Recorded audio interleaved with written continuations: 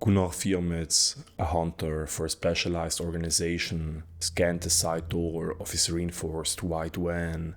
He looked at his contact for details about the animal his bosses wanted him to hunt.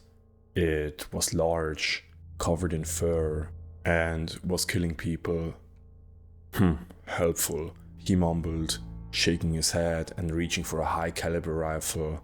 Gunnar picked a few electrified traps, including one heavy claw trap, and attached them to his hiking bag.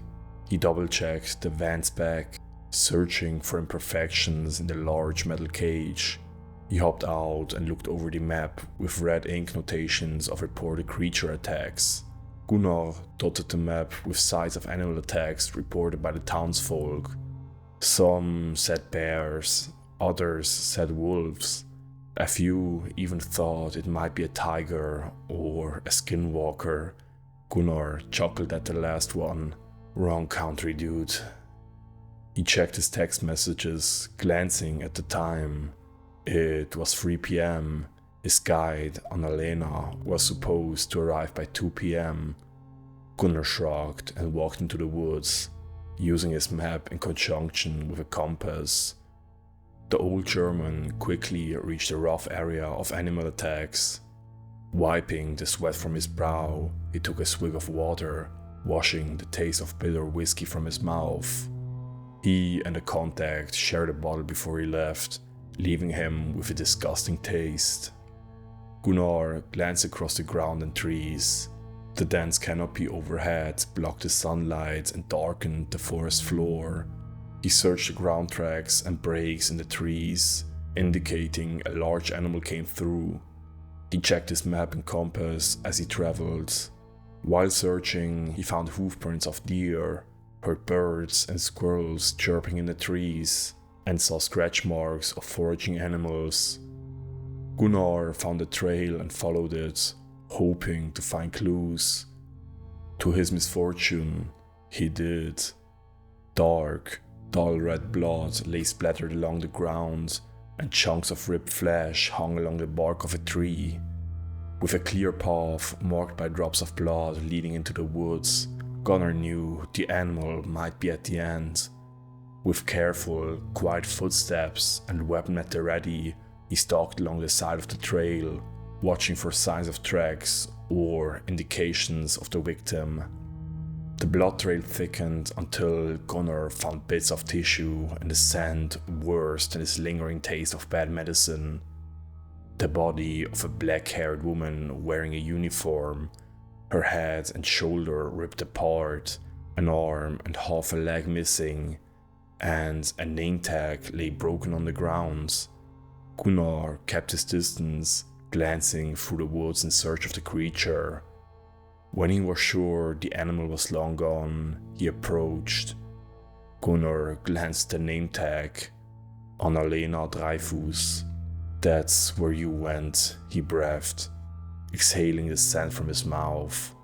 He scanned the woods and stepped away from the body. Gunnar checked for signs of an animal. He found big, wolf-shaped paw prints in the mud.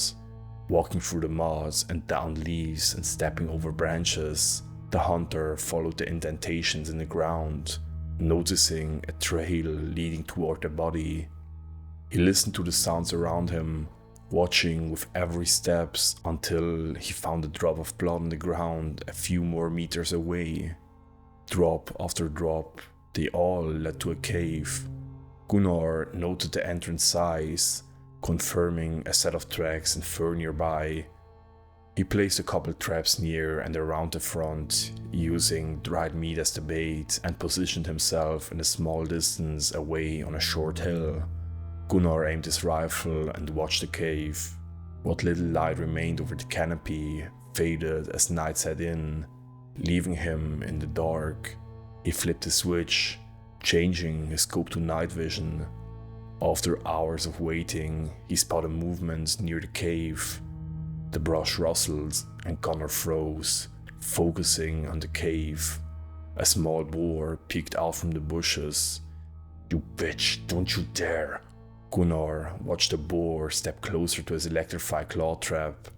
The hunter aimed his weapon at the boar, his finger on the trigger, ready to fire, and hoped it didn't startle his target away. He saw it. First, a near unseeable black dot, a canine snout, and finally, the eyes of a wolf glowing in the night vision.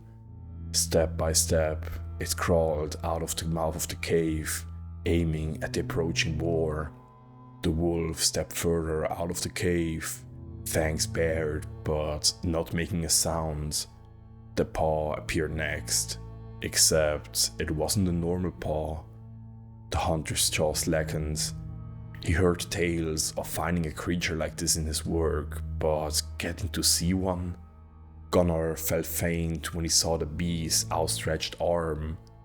His company sent him to capture a terrifying and deadly monster. Gunnar knew he was looking at a werewolf. Oh fuck, he breathed, his starky hands throwing off his aim as sudden lightheadedness made him lose focus. A loud squeal reverberated through the air, followed by a howl of pain as the trap snapped shut over the werewolf's leg. Gunnar shot the creature's head, its fur parting as the bullet struck and ricocheted. The creature's ears swiveled as it searched for the origin of the sound, licking the boar's blood off its lips. It stopped, the wolf's ears folding as terror crept over its face.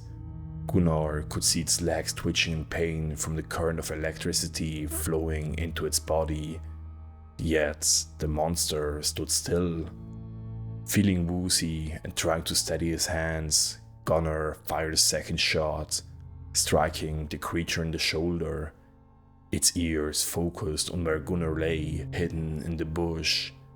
It bent, grabbing the trap, and startled as soon as its clawed hands touched the metal. Gunnar fired a third shot, striking it in the chest.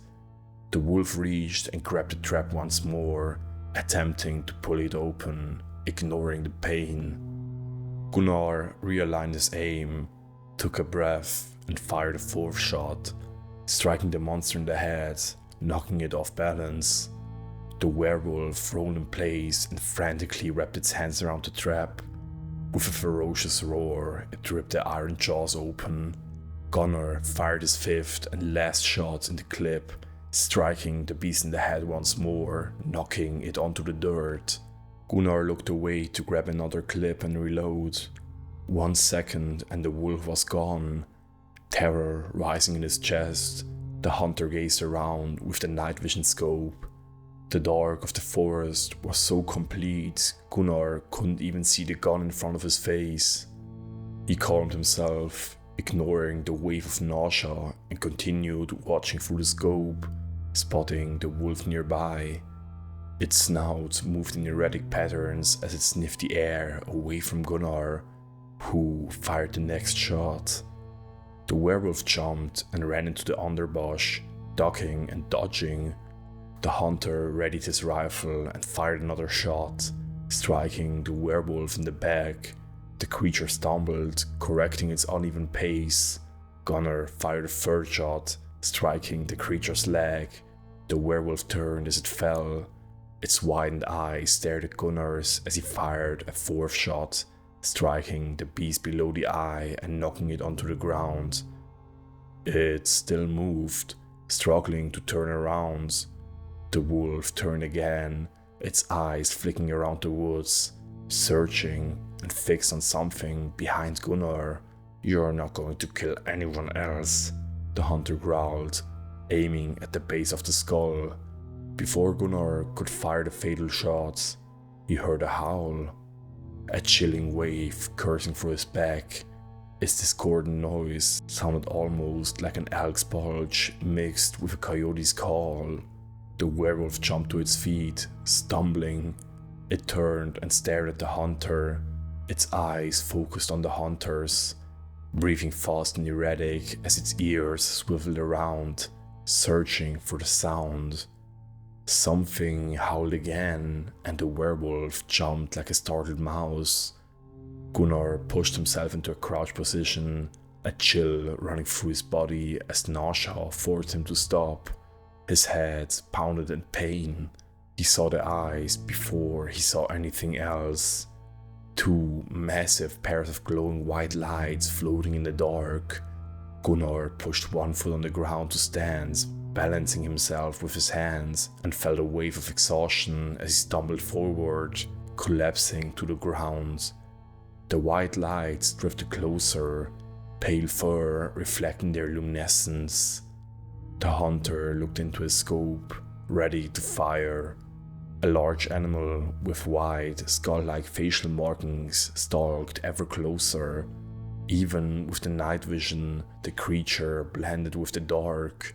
He could see its nearly unseeable forelegs moving in the dark. Its pearl-like eyes focused on him. Gunnar fired a shot, striking it in the head. It continued forward, unflinching. His gun clicked when he pulled the trigger. Gunnar stood to run. Heavy footfalls struck the ground, followed by piercing pain as the creature sprinted forward and clamped on his leg. It lifted him and dragged him back toward the cave with minimal effort. The massive beast dropped him at the cave's mouth, plopping next to the boar, tearing it in half as the pearly eyes watched Gunnar. The hunter looked at the beast. He turned and stared at the clearing, weighing his options, feeling like a caged animal staring at the freedom he would never have. He reloaded his rifle, aiming at the creature's throat. A shot rang out, but it wasn't his. The dark monster stood at attention, looking around. Another shot, then another. A chorus of explosions reverberated as an untold number of rifles fired their high-caliber bullets into the canine, who reacted with an uneven gait, shaking its head. Gunnar tried to stand, but felt another wave of exhaustion wash over him. A burst startled him from his daze. The hunter watched a net fly through the air and wrapped itself around the monster. Half a dozen men and women entered the cave. He recognized one of them as the man who gave him the contract. "I'm sorry." He looked at Gunnar, who tried to sit up but slid on the loose dirt. His arms felt heavy. Only a human could survive long enough to deliver the poison. He nodded to the beast, sparks from the net creating enough light to see its black fur as the canine struggled to stand. "What?" Gunnar shouted, coughing and nauseous. "What the hell does that mean?" The beast's howl of pain quieted as the glow in its half-closed eyes faded. "We've been trying to get this thing for months. We tried traps, bait, and poisons of all kinds, but they never worked. Either it figured them out, or our bait died too soon." "You used me as bait?" Gunnar tried to stand again, gripping his rifle. "I'm sorry. Give me the fucking antidote already," Gunnar shouted. "I can't. There is no antidote." The man nodded to the creature, silently struggling under the electrified net. "We hoped you would survive.